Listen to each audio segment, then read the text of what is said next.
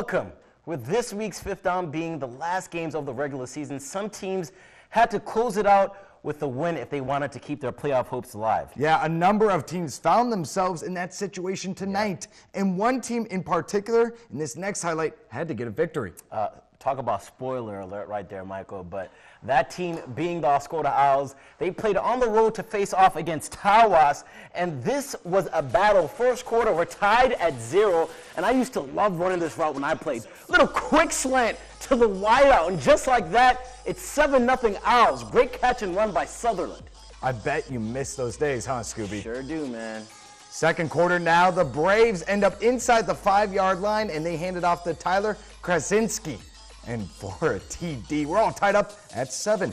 Like I said at the beginning of this highlight, it was a battle. Still in the second, same score, and we actually ran this play a lot in my high school as well, Michael. It's called a jet sweep handoff, and this is to Clyde Whitney.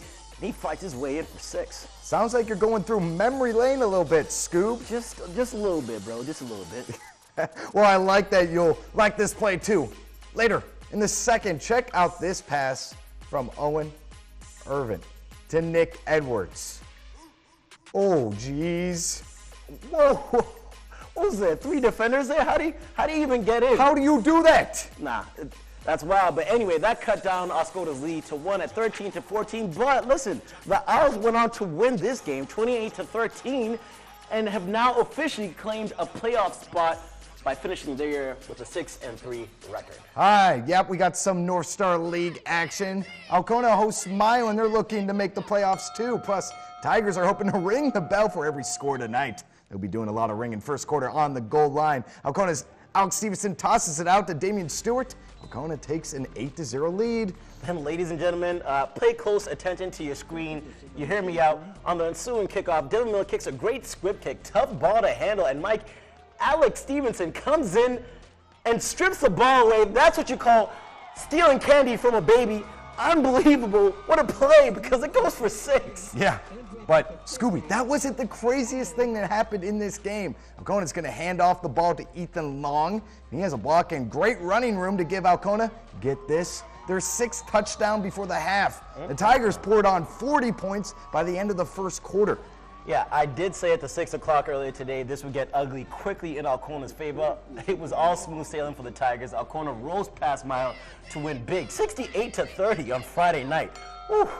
Well, here's a look at the first full screen. A couple of blowouts to start off, just like the game we just talked about. Chelsea wins 42-7 against Alpena. The Wildcats did not start this game well, and I mean, come on, Chelsea has only lost 1 game this season anyway, so they're a tough opponent. 0 points at halftime for Alpena, and they had trouble holding on to the ball, which resulted in an easy score for the Bulldogs. And moving on, Hillman dominates Inland Lakes 58-8. Head coach Bill Koenig said, quote, the Tigers dominated right from the kickoff. Billy Colkin, Matthew Hunt, and Kyle Moyer all had fantastic games, plus Gage Stanky had an interception returned for 6. So big defensive stuff right there. The Tigers are now 5-4 on the year, and Hillman will wait to see on Sunday if they receive a playoff berth. Yeah, I'm liking their chances right now. Looking good for Hillman.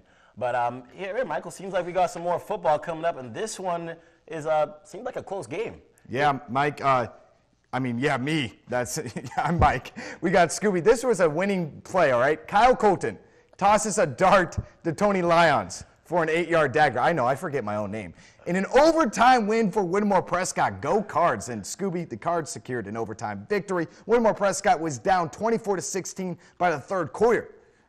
And Kyle Cohen was the man of the hour for this game because he had, Scooby, 4 TDs. That's what you call, I'm going to call him Mr. Cuatro Man because he came out with 4 TDs. Good day for him. I can't read the prompter today. Say my own name.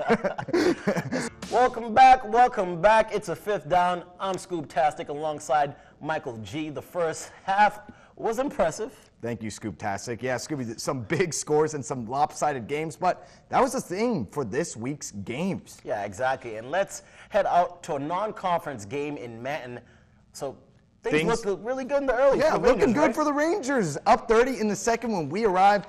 Hurons trying to get something going with the screen game. Caleb Bay connects with Michael Carson, but that drive would fall short. Yeah, just a few plays later, Rangers going back on the attack, and our cameraman loses the ball runner, but we catch back up with Jaden Perry.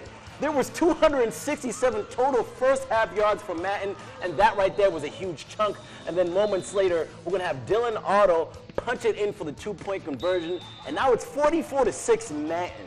Perry was not done in the first half, less than a minute to go before halftime. He takes the pitch left and sprints 31 yards for the score. Perry becomes Man's single-season scoring record holder with that TD. Rangers cruise to the 58-6 victory over Rogers City. Next up is opposing Vikings, and they hosted Engadine for their final game of the season, and it was a chance for the Vikings to finish this year on a little bit of a streak. Yeah, the Vikings won last week against Pelson, which was their first win in 4 weeks, but this Engadine team they hosted tonight was a tough one. Yeah, definitely, and they've only lost 2 games this season, but Posen hung with them in the beginning. Right now, Engadine leads 8-6 in the first quarter. They're standing right outside the red zone, and they dial up a throwback screen to scout bigger.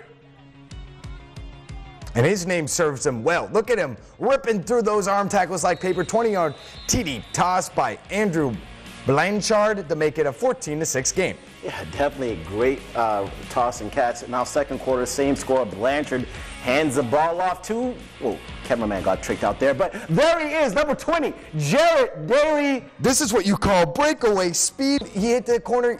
That's all she wrote. I mean, that's increased the Eagles' lead to 14 to now 20-6. And they would continue to pile it on. Yeah, Michael, ground and pound was the game today, and it worked. The Eagles defeated the Vikes in their last game of the season by a score of 63-36.